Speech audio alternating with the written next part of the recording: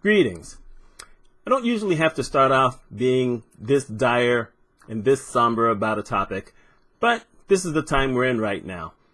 We're doing this in March 2020 for those who might see this later on, and we have to talk about the COVID-19 or AKA coronavirus and how the leaders throughout this country, United States of America, have reacted when we've had certain things coming up in our communities.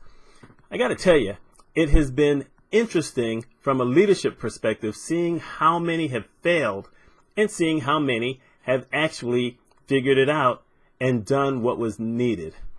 I've been very impressed by Governor Andrew Cuomo, for instance, and he's got a lot of detractors in the state. You know, it's a tough state to deal with, and you're never going to get everything perfect. You're going to slight some people, which you really shouldn't, but you're going to because you're looking at an overall picture. You know, our state is very interesting. I mean, you got New York City, which has all kinds of issues, and then you've got the rest of the state. And even though there's more people in the rest of the state, you have the biggest concentration of people in New York City in a very small area. And it's got unique needs that you just don't see anywhere else. So he has to balance a lot of things. Here's one of the things that he has done that I really think shows strong leadership.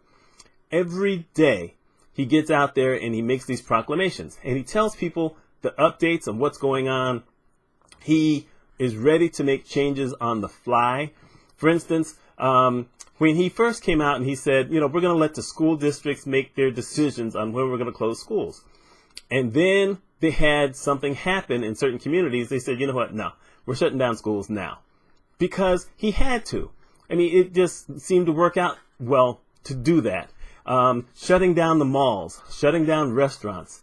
You know, he did all that because he saw that this thing was going to grow.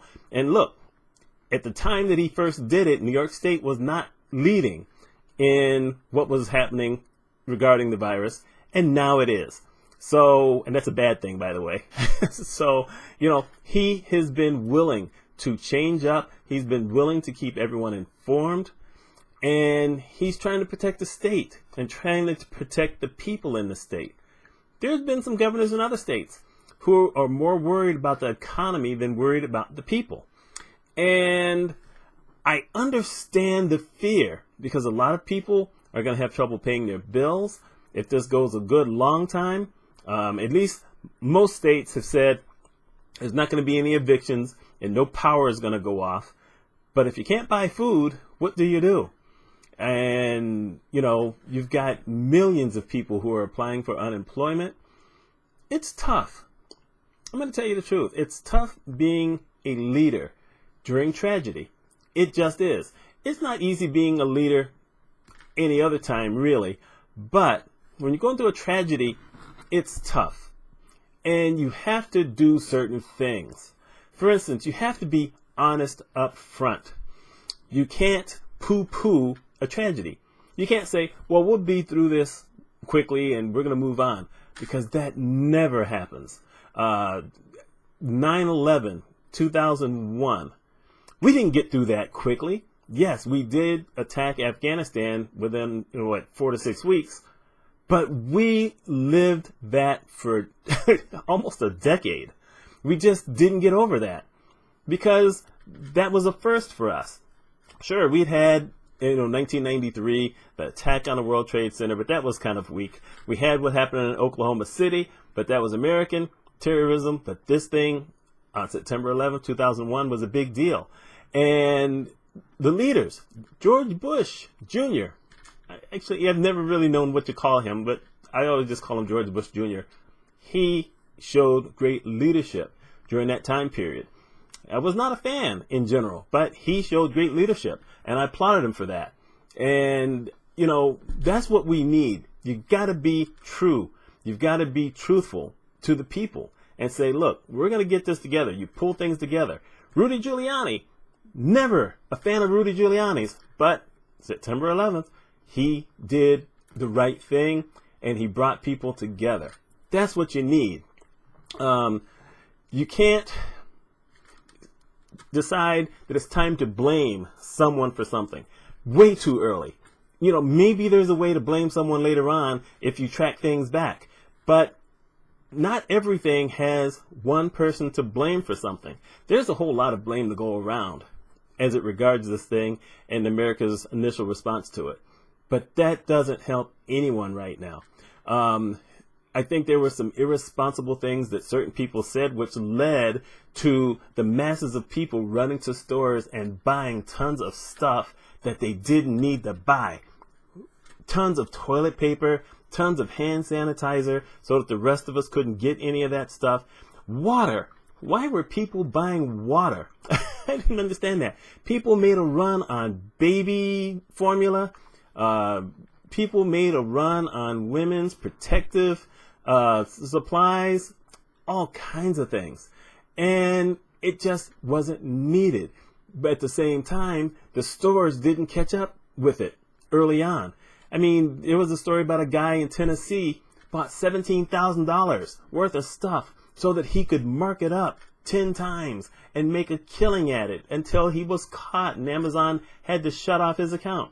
There's no way in the world one person should have been able to go into stores and buy that much stuff. Someone should have shut that down really quick, and it should have been shut down across the country because there's a lot of people who don't have access to that stuff.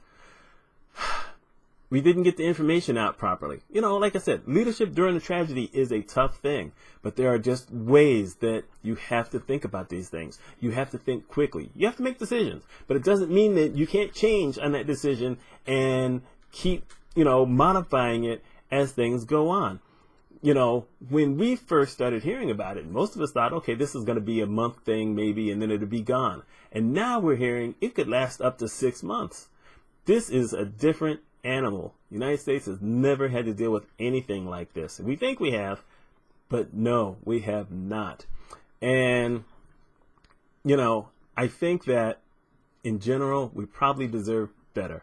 We don't need corporations sitting there saying, well, we need to have all this money, otherwise we're not going to make it, when we've got certain people who aren't going to be able to feed their children in a week or so, who aren't going to be able to pay their rent or their mortgage.